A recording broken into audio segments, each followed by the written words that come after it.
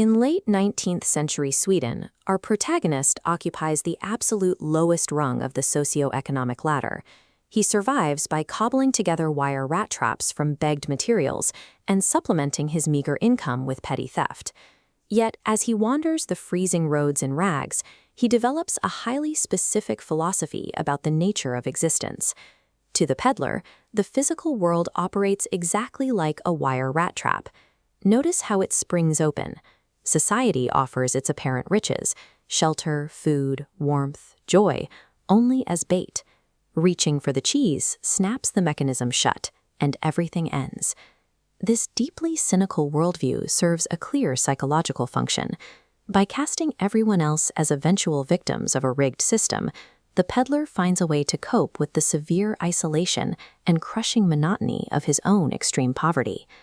But then, the peddler tests his own theory.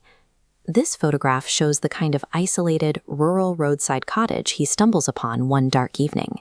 The owner, a lonely old crofter, offers him a hot meal, tobacco, and conversation. The next morning, the peddler repays this rare hospitality by smashing a window pane and stealing 30 kroner from his host's leather pouch. Flush with stolen cash, he realizes he cannot risk walking the public highways.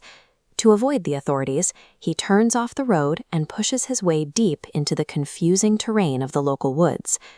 Looking at this generated point-of-view shot, you can feel how the path twists back and forth.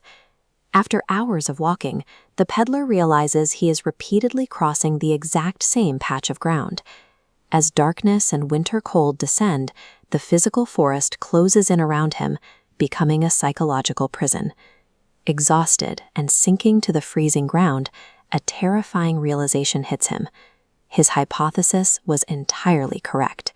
He let himself be tempted by the bait of 30 kroner, and now the trap has successfully caught him. Seeking any kind of shelter, the freezing vagabond staggers toward the rhythmic pounding of a nearby forge.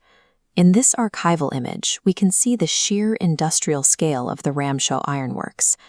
The peddler slips through the outer gates and eases his way up to the glowing furnace. The owner of the mill, an ambitious ironmaster making his nightly inspection, approaches the stranger in the dark. Squinting through the steam rising from the peddler's wet rags, the wealthy industrialist makes a crucial error.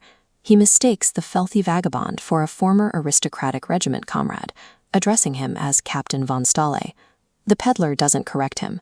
He calculates that if this prominent gentleman believes they are old acquaintances, he might toss him a couple of kroner. Driven by the exact same material temptation he previously condemned, he intentionally reaches for another piece of date. The ironmaster invites him up to the manor house, but the terrified peddler refuses, knowing he has stolen money in his pocket. It takes the ironmaster's daughter, Edla, to break the stalemate. Speaking to him with modest, compassionate respect, she convinces the frightened man to leave the forge and spend Christmas Eve at their home. The irony of his situation is complete. Fleeing from the consequences of one trap, his pursuit of warmth and comfort is drawing him directly into the jaws of another. The deception falls apart the next morning. Once a valet bathes the peddler, shaves him, and dresses him in a clean suit, the ironmaster sees his guest in broad daylight. Realizing he has invited a total stranger into his dining room, the furious host immediately threatens to summon the sheriff. Cornered, the peddler angrily strikes the table and weaponizes his philosophy.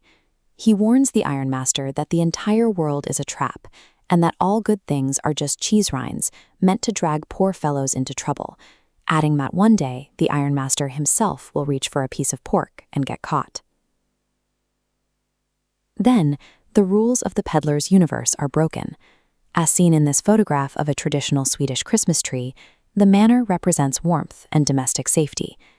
Edla steps in, closes the door, and insists the vagabond stay for the holiday, fully aware that he is a fraud. She argues that this man spends his entire year being chased and turned away. For just one day, in their home, she wants him to experience absolute peace and the dignity of a proper Christmas. For a man who viewed every human interaction as a hunt for bait, Edla's gesture is incomprehensible. She offers safety and respect with no expectation of profit, introducing an element of unconditional grace that simply didn't exist in his world. Over the next 2 days, the peddler does virtually nothing but sleep. He sleeps through the afternoon, wakes up to eat, and goes back to sleep, a physical manifestation of a hunted man who has finally stopped running. But while the peddler rests safely at the manor, a twist occurs. Attending early church services, the ironmaster and Edla learn some disturbing local news. The old crofter was recently robbed by a man wandering the roads selling wire rat traps. We can visualize their panic in this generated sequence.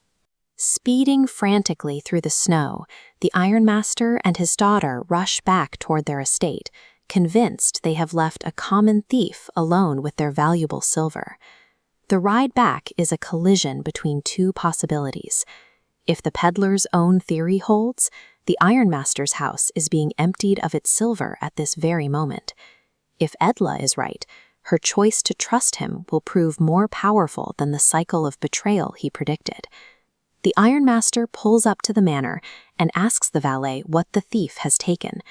The outcome defies his expectations. The peddler is gone, but the house is completely untouched. Instead of stealing, the vagabond left behind a small, badly wrapped Christmas present for Edla. Inside, she finds a crude wire rat trap holding the stolen 30 kroner, asking that the money be returned to the old man on the road. Tucked inside the trap is a letter. The peddler writes that he would have been caught in the world's rat trap if he had not been treated with such high regard. He signs the letter with a specific name, Captain von Stala. By signing as the captain, he accepts the identity Edla saw in him. Because she treated a vagabond as a man of honor, he finally finds the strength to behave like one. Looking at this portrait of author Selma Lagerlöf, we find the overarching thesis of her work. She acknowledges that material traps are real and that desperate poverty breeds deep cynicism. But the story proves that a human being's essential goodness is never permanently destroyed. It only lies dormant, waiting for genuine empathy to wake it up.